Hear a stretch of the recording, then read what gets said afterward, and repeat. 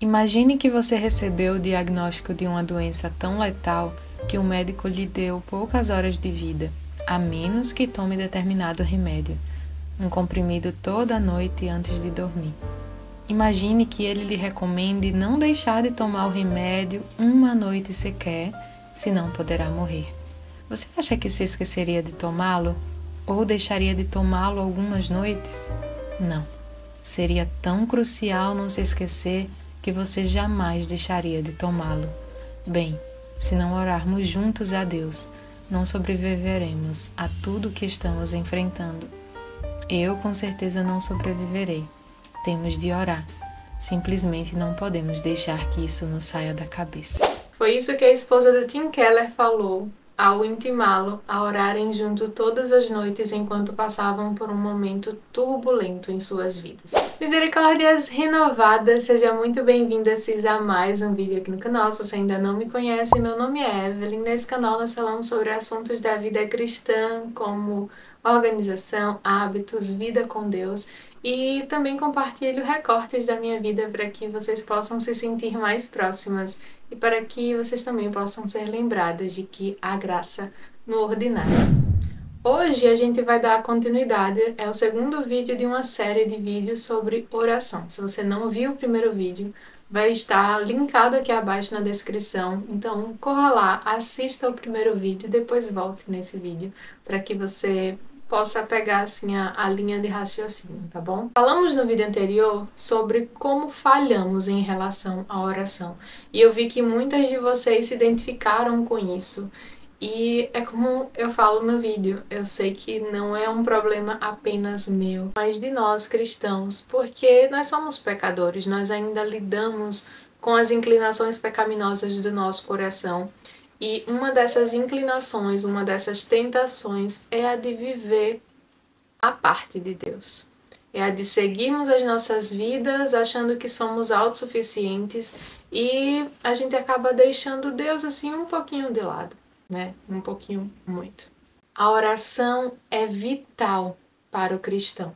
Foi isso que a Katie, a esposa do Tim Keller, percebeu. E muitas vezes nos pegamos com o pensamento de mas Deus sabe o que eu estou pensando, Deus sabe o que eu estou passando. Ou ainda outros se perguntam por que eu devo orar se Deus é soberano, se Deus sabe do futuro, se Deus sabe de tudo. Será que orar é realmente tão importante assim? Ou ainda, será que orar faz mesmo alguma diferença? A primeira coisa que nós precisamos pontuar aqui é que nós oramos primeiramente porque Deus nos ordena a fazer isso. Em sua palavra, nós temos esse chamado a viver uma vida de oração, a levar a Ele a nossa adoração, as nossas súplicas, ações de graças, intercessões, confissão. Tudo isso nos é ordenado na palavra de Deus. O R.C. Sproul vai lembrar, no livro que eu mencionei no vídeo anterior, que eu também vou deixar aqui abaixo, A Oração Muda as Coisas? É uma pergunta e ele se propõe a responder essa pergunta durante o seu livro.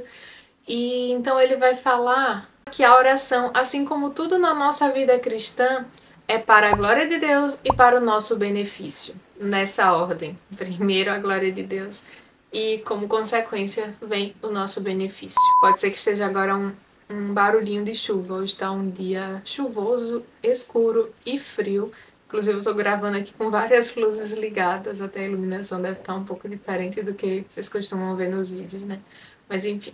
Oramos para glorificar a Deus, mas também oramos para receber de suas mãos os benefícios da oração. Quando oramos, estamos nos aproximando do Senhor.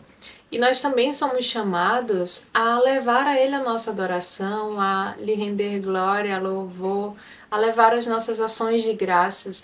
E perceba que quando as pessoas falam em relação à soberania de Deus, porque eu preciso orar se Deus é soberano. A gente saber da soberania de Deus deveria justamente nos levar aos seus pés para adorá-lo, para bendizê-lo. Deveria aumentar o nosso senso de que Ele é o único que deve ser adorado e que nós precisamos estar ali diante dEle, em adoração, em louvor a Ele. Nós também somos chamados a confessar diante dEle os nossos pecados. nós recebemos o perdão pelos nossos pecados de forma definitiva em Cristo Jesus. Já está pago. Mas o cristão, ele tem esse senso de arrependimento ali ecoando em seu coração.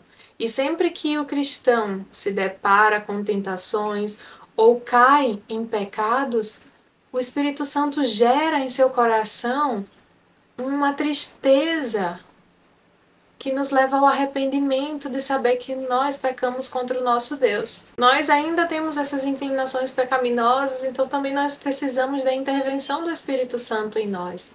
Por isso nós devemos ir ao Senhor em oração, confessar os nossos pecados, falar para Ele das nossas debilidades. Sim, Ele sabe, mas Ele deseja que a gente vá até Ele com o coração quebrantado. A Bíblia diz que um coração quebrantado o Senhor não rejeita.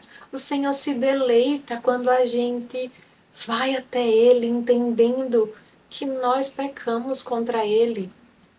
E Ele vem, nos perdoa, nos abraça. E à medida que nós fazemos sempre isso, vai sendo exercitado no nosso coração a verdadeira humildade que vem através do agir do Espírito Santo em nós. Mas nós precisamos ir até o Senhor em oração. Na oração, nós nos colocamos de joelhos, mesmo que a gente não esteja de fato de joelhos, mas em um ato de humilhação diante daquele que é santo, santo, santo, e mesmo assim nos chama de filha. Ele vem a nós, nos salva, nos dá um novo coração.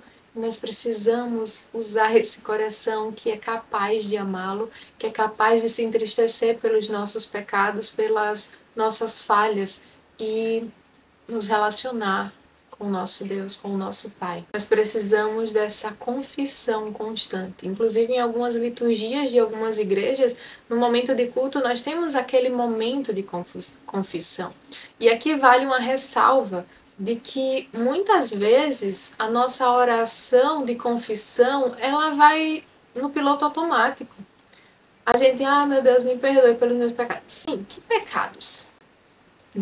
A gente precisa destrinchar, porque é só estando cientes daquilo que a gente fez contra Deus que a gente realmente vai se arrepender. Então não é só falar de forma geral, Senhor, me perdoe pelos meus pecados, por aquilo que eu fiz, por aquilo que eu deixei de fazer.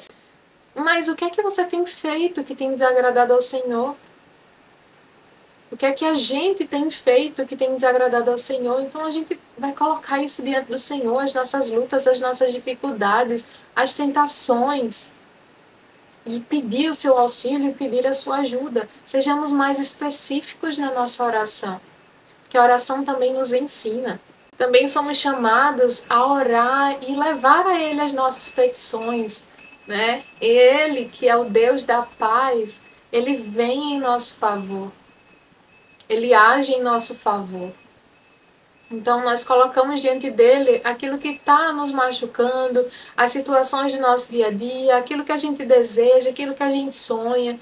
A gente pode e deve colocar isso diante dele.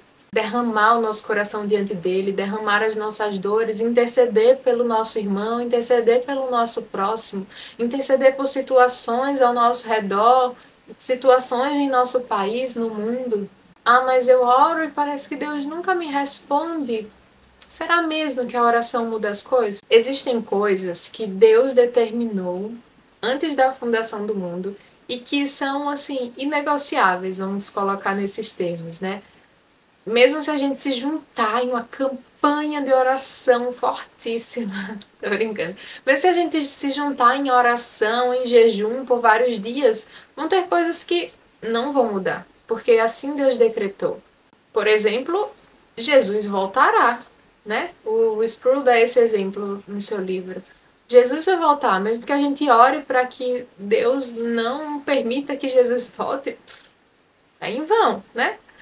Mas esse é um exemplo assim, meio viajado, né? Até. Mas existem outras coisas que o Senhor decretou e assim será. Então, mesmo que a gente ore pedindo para que certa coisa aconteça ou deixe de acontecer, se foi decretado pelo Senhor, assim vai ser. Porque assim faz parte do seu plano glorioso. Ah, mas a Bíblia não diz que Deus se arrepende? Ele não pode mudar a sua mente, mudar de ideia? Quando a Bíblia fala que Deus se arrepende, ela não fala no sentido que a gente usa o arrependimento, né?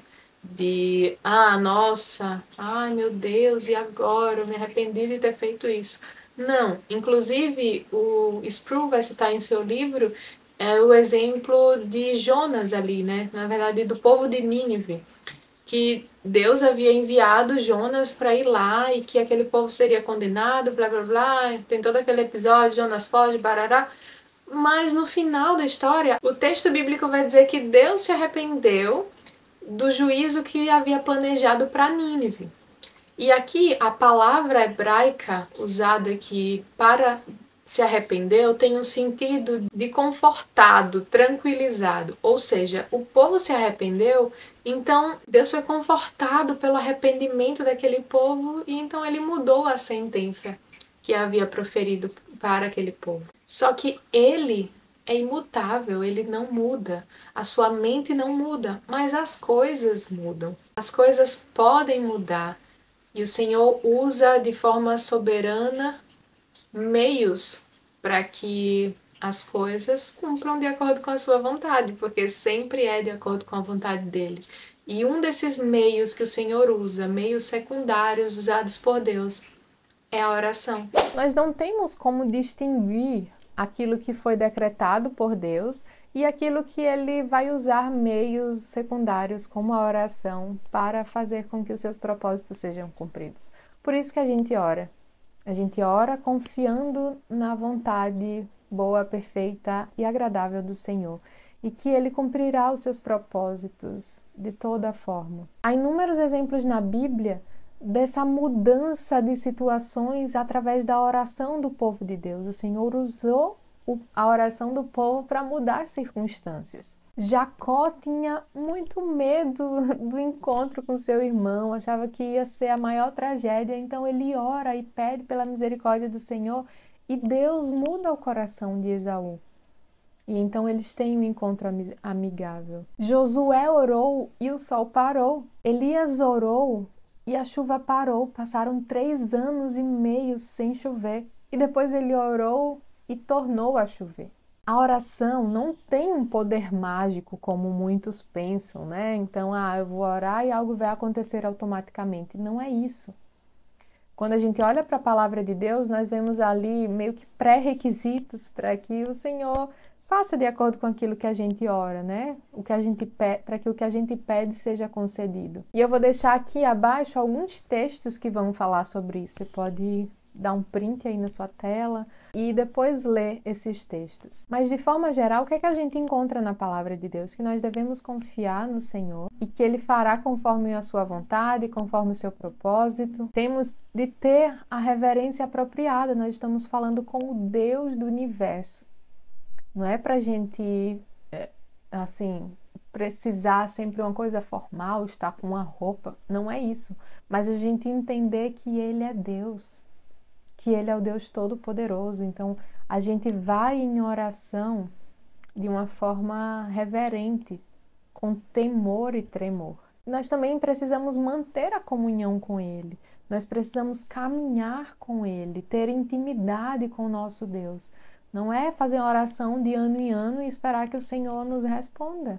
Em Tiago, capítulo 4 mesmo, vai nos dizer que nós não recebemos o que nós pedimos porque nós pedimos mal. Muitas vezes pedimos com motivações impróprias, que não vão trazer glória para Deus, que não vão trazer benefício para nós mesmos. E Deus não vai nos dar nada que vá nos fazer mal ou que não vá trazer glória para Ele. Porque o propósito das nossas vidas é glorificá-lo.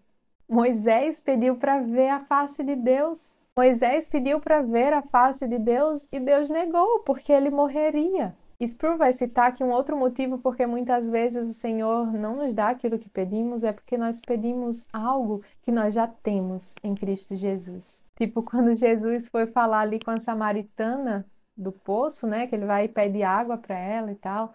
E aí ele vai dizer que, olha, se você conhecesse quem te pede água, você era quem pediria e ele te daria a água da vida. Se nós conhecêssemos o nosso Deus, se nós conhecêssemos a Cristo Jesus, de verdade, profundamente, tudo seria diferente, inclusive a nossa oração, inclusive aquilo que nós pedimos em oração. Vamos orar?